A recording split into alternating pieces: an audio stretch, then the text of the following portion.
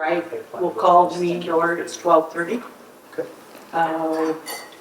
We have recognition of quorum, we have quorum here.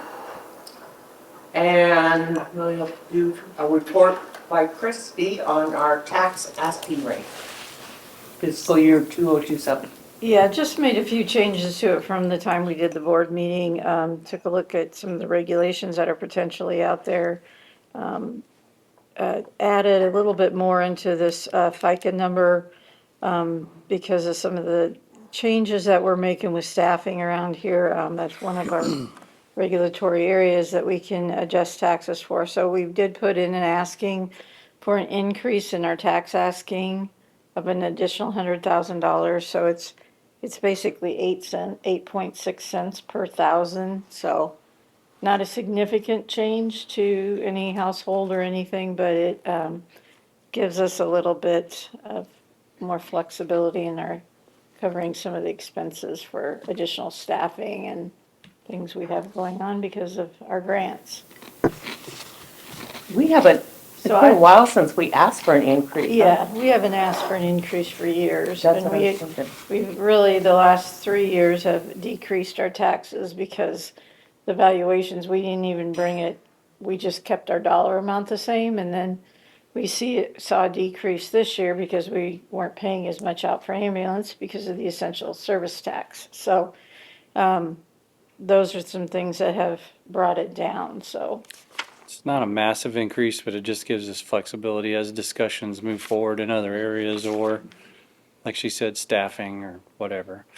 And after it had been brought up last meeting and we went and looked at it, if that 2% kind of cap gets passed, we're not going to have any flexibility in the future. It's going to be very minimal that we can change anything. So. Do you need a motion on that? No, it's just informational. It was published it'll be published in this week's paper, I believe, to meet our publication guidelines, but I just wanted the board to let the board know before.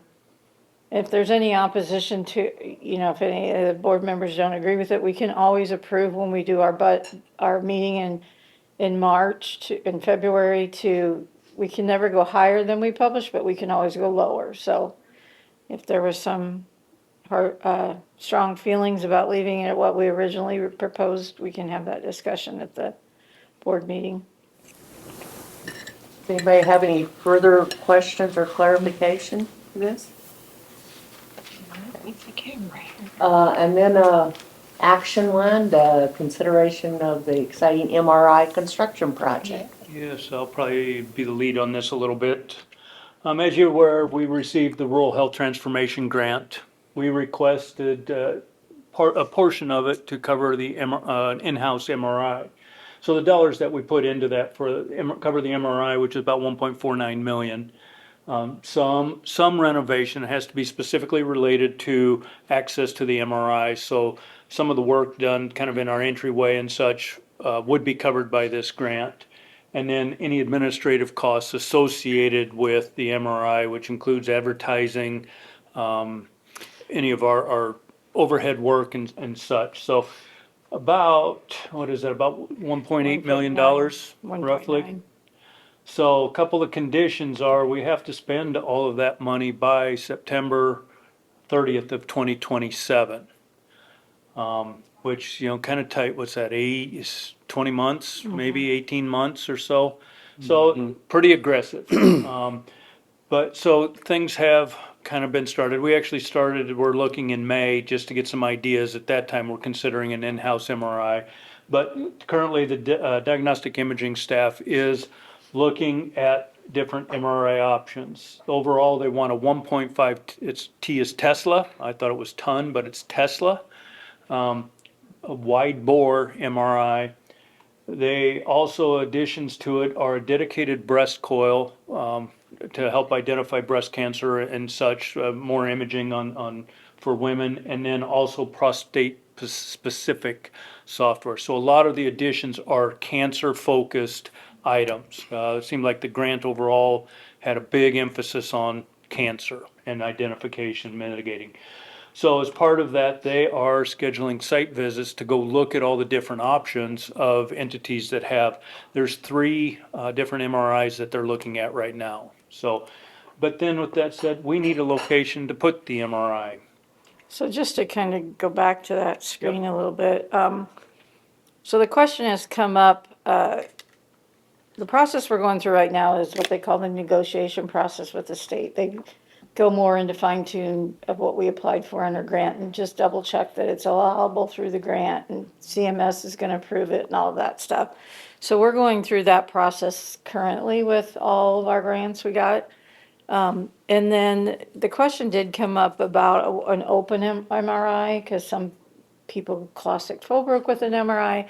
But Carrie Sonderman, our director, was really adamant that based on all of her research and what they have seen, those open MRIs don't quite give as good a quality of images. And so we felt it was better to go with the wide bore, which is similar to what we have in the truck.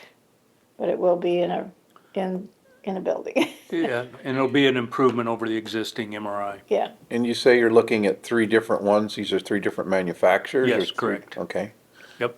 And are we visiting facilities that have already been using these? Yes. Okay. Yep, they're in place, in production, they're using them frequently.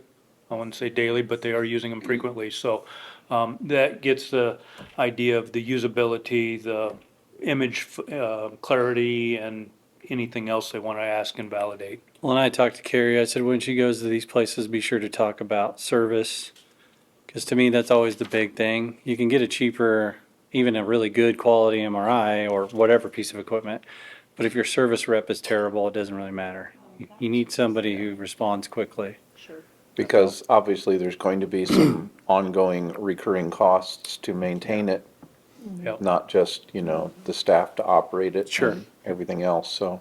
Maintenance contracts, that kind of stuff. And what do we think the life of an MRI is? Oh, I The think design that's 10 life. years, 10 around 10 to 12 years. Yeah. You can pretty much slap 10 years on any piece of medical equipment.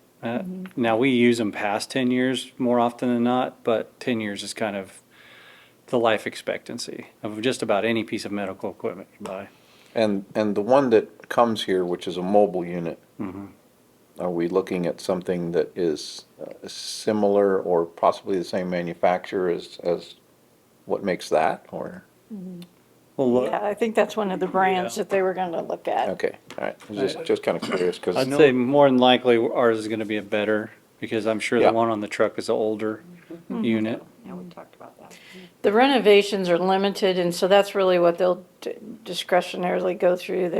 It termed minor renovations, but one of the things it really did talk about was lighting and HVAC, because these machines get really hot and those type of things. So Jeff will kind of talk about that, but that's the part that they'll kind of pick apart. The MRI is just for the MRI and those coils and software.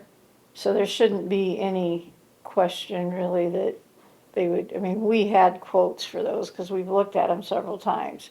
So we did just get those updated before we submitted, so. For the mobile MRI, when does that contract get negotiated as far as going forward? I don't know. I didn't look at that to see when it came up. I want to say we I had think like a it's fairly year. soon. I It's think we had a fairly- year. When we looked at building and grounds last May, Yeah. so it probably is coming up this summer, I would think, or maybe even this fall, but I guess that's something to be Yeah. aware of too. I Factored. guess. Yep. So as I said, we have been looking at this. You mentioned the building and grounds and everything. So back in May, Altus and Murray combined gave us an idea of what an in-house MRI would cost construction-wise. They did complete a conceptual design, which is absolutely that. It's a concept. It's not a final. And then they provided an estimated timeline. So here's our conceptual drawing to give you an idea where it's at. This is the new clinic waiting. The reception would be right over here. This is diagnostic imaging reception. So if you have been in there, there's a set of double doors. You would exit through there, and that is the space where we would build an in-house MRI. Approximately 2,200 square feet in What's being space. used there now, Jeff? Parking. The MRI Oh, truck, this is all, this is new. all outside, This is new, okay. so this would all be new Okay, I didn't pick construction. up on that, all right. Yep, so a couple things, you know, and definitely we don't need electrical here. We've got electrical right here, and all this is the central utility plant here. So like I said, the considerations would be that the MRI sitting here, it puts out a field of magnetic pulses and such. We want to ensure that it's not going to be affecting people here, because one of the huge warnings is nobody with a pacemaker should be close. So we have a lot of planning yet to do with this. I have seen diagrams on what the impulses are coming out, and it reaches out into here. Is there some sort of shielding that There'd be will a have to lead, it be? would be lead lined sheetrock. The Yeah. question would become, is it one or two pieces, you know, two thicknesses and such? There are some other mitigating items that we can take care of to minimize that electronic. You could put it in the Yeah, northwest I corner mean, too, it could be way up in the corner, sitting here, it could be. way up in there. Yeah, I'm not sure. I mean, our utility plant here, probably want to keep a little bit because of vibrations and such. But, you know, my high level thought might be is it sits here and controls back here in mechanical. So we still have to decide what's all gonna happen. You know, it could sit over here. Like you say, any of the corners, any place. Maybe it's smack dab square in the middle. We would have a sliding door here for card access to minimize access into that space to keep it more secure and people accidentally getting in there and, you know, potentially harm or whatnot. So lots of things here. The CT, like I said, Christie said, we'll be talking, I have a slide on HVAC, but CT has a dedicated supplemental air unit to its own space here. So just keep that in the back of your mind. The timeline here is just kind of high level based on what was in April, May last year. They just high level categories. So a little bit here. It turns out to be an 11-month build process. That does include the design phase as well as the construction phase. So 11 months total. Again, that is a potential concept. Lots of things. The design, I just got a number 2 days ago from the architect. We are basing, their fee is based on construction costs. And we had an estimated early on 1.8 to roughly 1.8 million in May. So thinking about inflation and such, I asked for a estimated price based on a $2 million project. They charge 9.5% on that dollar amount, so that's where the 190,000 comes in.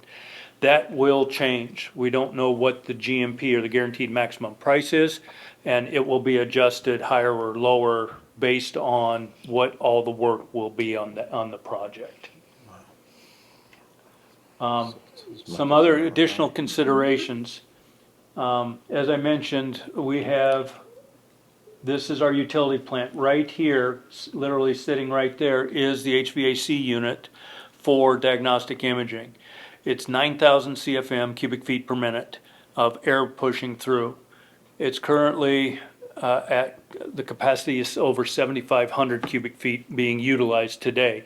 The MRI is estimated to use 2,500 cubic feet to keep it cool. Plus knowing that the CT has a separate dedicated supplemental unit, this air unit essentially can't supply this, enough cooling. So in the original proposal, for the pricing, they have a supplemental air unit for the MRI. We want to investigate, is it better to put in a different air unit rooftop that is 15, 20,000 CFM that can accommodate all of diagnostic imaging. It would free up, we would remove the air unit in the utility plant because we are bursting in that space. There's no expansion and addition capability there. That would free up space that in the future we could expand if need be. Gives us additional opportunities for, boilers, heaters, you name it, in the utility plant. By adding this, it pretty much landlocks us. We only have one door to the outside then, and that would be on the east side. So it would also be a smaller footprint, the air unit, more efficient, increased capacity, and much more cost effective. We have to spend a certain amount on a supplemental air unit, and why not potentially, depending on the overall cost, put that towards a brand new air unit. It supplies everything. Plus, we moved, that air unit was sitting right where those doors were. So when we did the utility plant upgrade, we moved it inside just so it's out of sight, out of mind.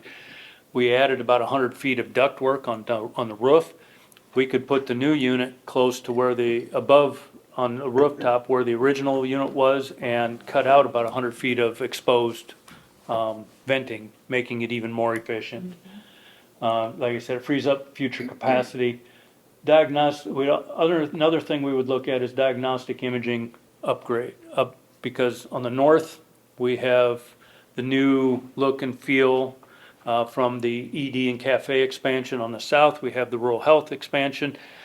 It makes sense, and then having a new MRI look and feel makes sense to do the rest of it also at the same time while we have those trades on prem.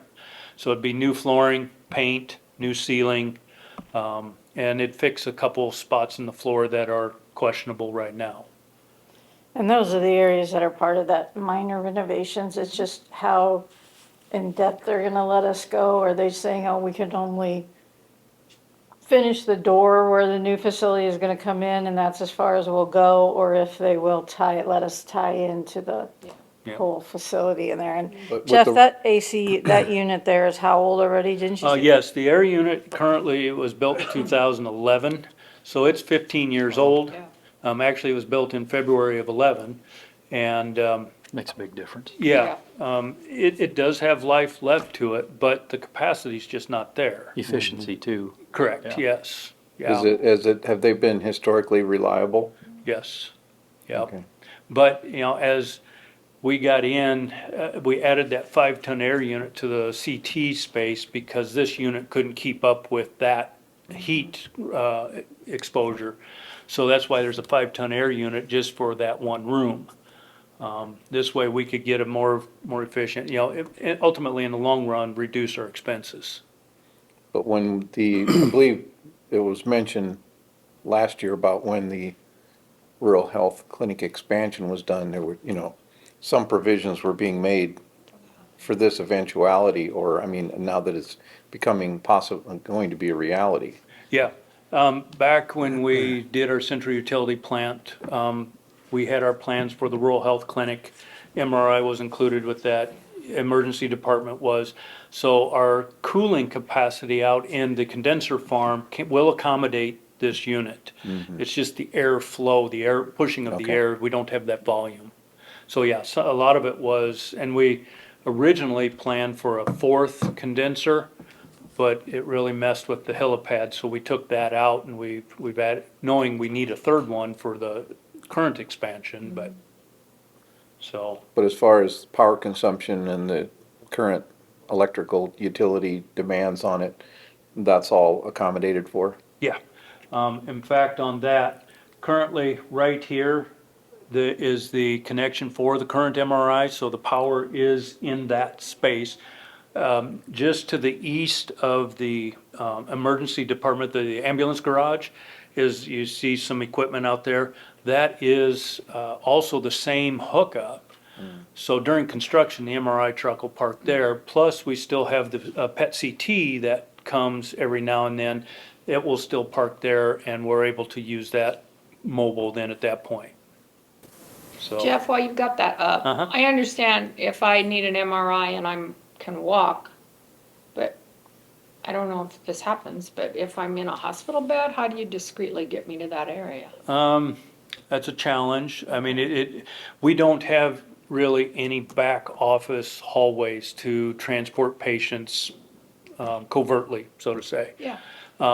It would be a case where we would come down the patient, if you were on the inpatient in the med-surg area over here, you'd come down the hallway, get onto the patient elevator, come down to the 1st floor, and then The hallway that's literally right here, comes up by the cafe. You would come down here and in that way. Okay.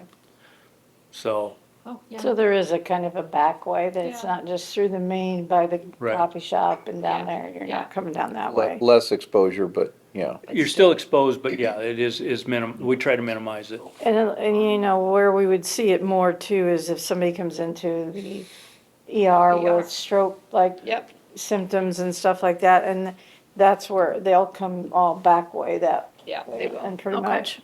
All right, thank you. Yeah. So how we would kind of fund this is we currently have a master plan implementation that's going on, includes the RHC. It was part of the ED also was part of that overall plan, the RHC, the inpatient remodel, the outpatient addition of exam rooms and such. MRI was included in that, but a later phase, we would do a change order there because of timing. We could go out for a new subcontractor, but that's gonna be a minimum of 4 months to go through the GMP process. Change order, we use the same staff and entities that we've got now. We can really get started on this, really virtually no time at all. The funding, and Christie can help me with this, we would draw the full $12 million loan that was approved for the master facility plan, and which then frees up some reserves to cover the MRI addition. Yeah, so we originally got approval for the full $12 million, and we anticipated only needing maybe 9.5. But those extra funds are still available to us and have been basically gone through the whole process of being approved in public hearing and all of that.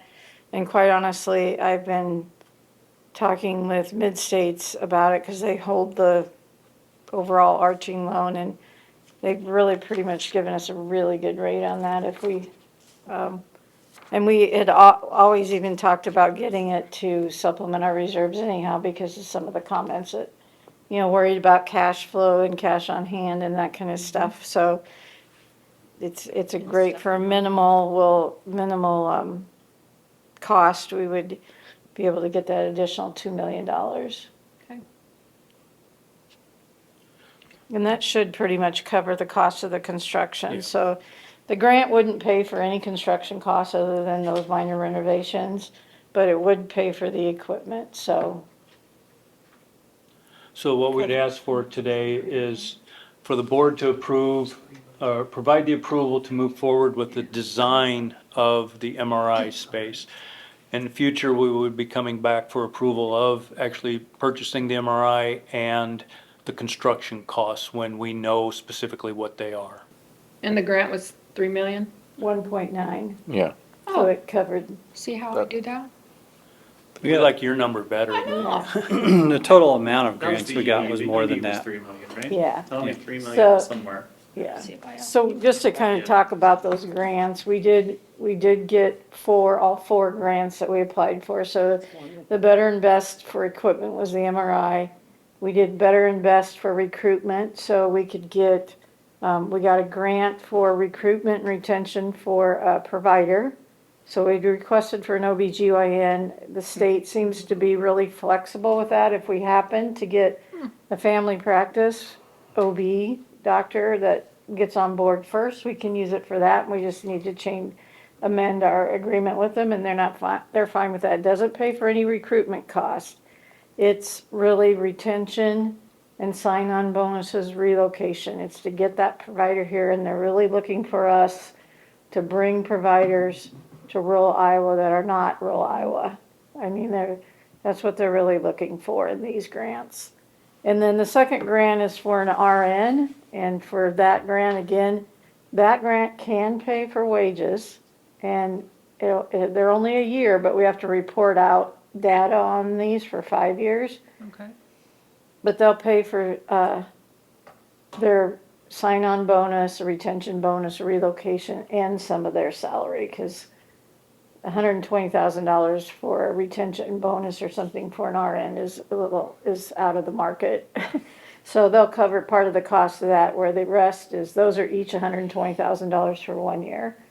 And then we got the Center of Excellence for OB, which is really to bring OB services and women's services and stuff to the rural communities, and with all of our outreach to Manning and Audubon, that really helped us. So that's, again, all these are 5 years that we have to report out on, but the first, you get $250,000 for 2 consecutive years for that grant.